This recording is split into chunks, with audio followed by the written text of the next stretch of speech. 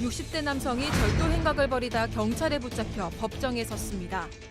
남성은 상습 절도로 구속돼 재판을 받던 중 자녀 결혼식 참석을 이유로 잠시 출소한 틈을 타 이 같은 짓을 저질렀습니다. 남성에 대한 법의 판단을 짚어봅니다. 자, 60대 남성이 절도 혐의로 법정에 서게 됐습니다. 네, 지난해 4월인데요. 새벽 시간입니다. 울산에 있는 한 대형마트 앞에서 문 닫혀있는 차 문을 열고 현금 21만 원과 그리고 기금속 한 100만 원 정도를 훔쳐서 도주하려다가 차 주인이 딱 나타난 거예요. 어허. 근처에 있는 화단에 딱 숨습니다. 차 주인이 화가 나서 신고하겠다고 하면서 당장 나와 이렇게 얘기하니까 뛰어나와서 손전등으로 이렇게 위협하면서 죽여버리겠다고 아이고. 협박까지 합니다. 자, 어찌 됐든 차주의 신고로 이 경찰에 붙잡힌 이 60대 남성. 저런 사람들 보통 팀장님, 저런 사람들 딱 맞닥뜨리면 뭐라고 딱 반응합니까?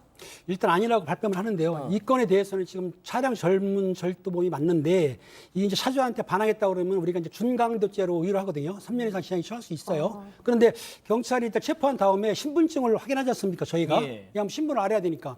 그런데 이 남성이 자기 신분증이 아닌 훔친 운전면허증을 제시한 거예요. 하하. 다른 사람처럼 냈다는 얘기는 이 사람이 다른 전과가 있을 수도 있는데 어떻든 그렇게 가짜 신분증을 내놓는다 하더라도 데려가 조사하게 되면은 금방 바뀔 수 있기 때문에 예. 신분이 들통나게 된 것입니다. 자, 지금 말씀하신 것처럼 다른 사람 운전면허증을 제시했다는 거 보면 이거 한두 번 해본 게 아닌 것 같은데요. 이거. 그렇죠. 일단 뭐 절도에는 굉장히 많은 흔히 말해서 이골이 났다라는 말을 쓸 수 있는데 상습 절도범이었습니다. 2016년에 이 사람 실형을 받고 2020년에 특별 사면을 받습니다. 특별 사면 받고 2021년에 4개월 지난 남짓에 다시 한번 현금 21만 원과 금팔찌 하나를 훔치다 발각되었는 정말 절도를 위한 절도의 행동을 했다라고 보이는 사람입니다.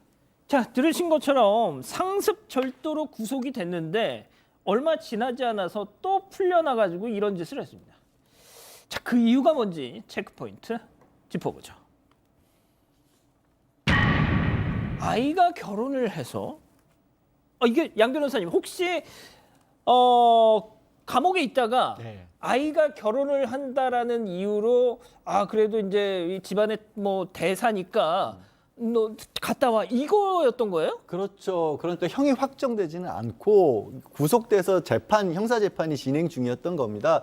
그런데 뭐 사실 절도범이지만 상습이라고는 하지만 사람을 해쳤다거나 그런 건 아니지 않습니까? 예. 그래서 뭐 그래도 결혼식은 치르고 재판 끝나고 혹시 구속되면 법정 구속시키겠다 이렇게 풀어졌던 건데 그렇게 나와서 자녀 결혼식이 아니라 도둑질을 시작을 또 한 겁니다. 9월에 빈 사무실을 털기 시작을 해서 이 9월 2일이었고요. 그 이후로 울산, 부산, 양산, 김해 이런 데를 다니면서 한 10여 차례에 걸쳐 780여 원 가량을 훔쳤고요.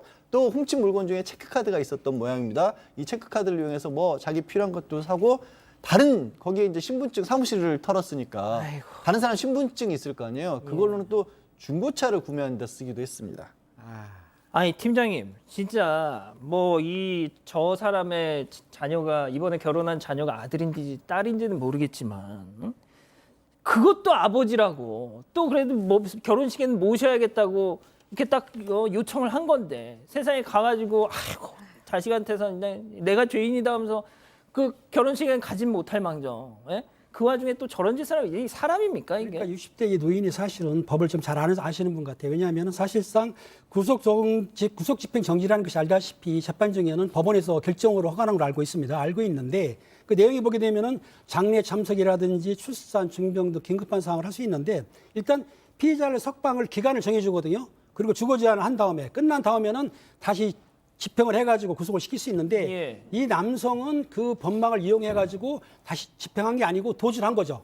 도주하면서 범행했기 때문에 법망을 이용한 즉 그 피고인들의 여러 가지 이제 긴급한 상황을 참지하기 위해서 만든 제도지만 이 제도의 허점을 이용해가지고 범행을 계속했던 상황입니다. 자 승현님, 네. 진짜 이번에 결혼한 자녀 그러니까 그 사돈집에 자기 그 뭐 처가인지 뭔지는 모르겠습니다만 얼굴을 어떻게 들고 살아요? 그 부분이 제일 아쉽죠. 사실 뭐 제가 이 결혼하고는 전혀 관계 없는 사람이지만 아버지가 그렇다고 해서 정말 그 아들이 똑같다는 말씀은 아이, 절대로 그럼요. 절대로 아니기 때문에 두 가정 정말 행복하고 정말 오손도손 잘 살았으면 좋겠다는 말씀을 아울러 전함과 동시에 절도라는 게 저희들이 흔히 말해 불한당이란 말을 써요. 땀 흘리지 않고 다른 사람의 재물을 통해서 자기의 이익을 얻고자 하는, 흔히 말해서 소탐대실하고 견물생심인 그런 어떤 범죄인데, 이런 어떤 상습 절도가 있을 때 가장 중요한 거는 그런 절도의 표현, 경량을 어떻게 우리가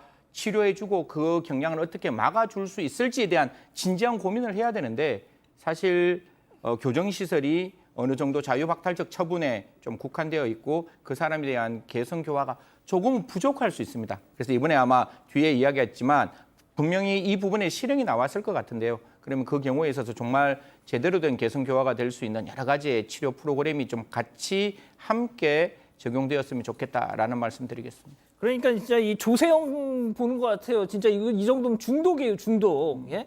자, 그러면 재판부는 어떤 판단 내렸습니까? 뭐 우리 승 의원님 잘 정리해 주신 것처럼 사실 피해 액수만 놓고 보면 780여만 원, 그러니까 뭐 크다면 크고 작다면 작지만 야, 이게 실형이 왔다 갔다 할 수도 있다라고 생각하실 수도 있지만 이 사람 풀려난 게 2020년이었어요. 그때 특별 사면이었어요. 아하. 그 이후에 또 다른 범죄를 저질러서 이미 재판 중이었잖아요.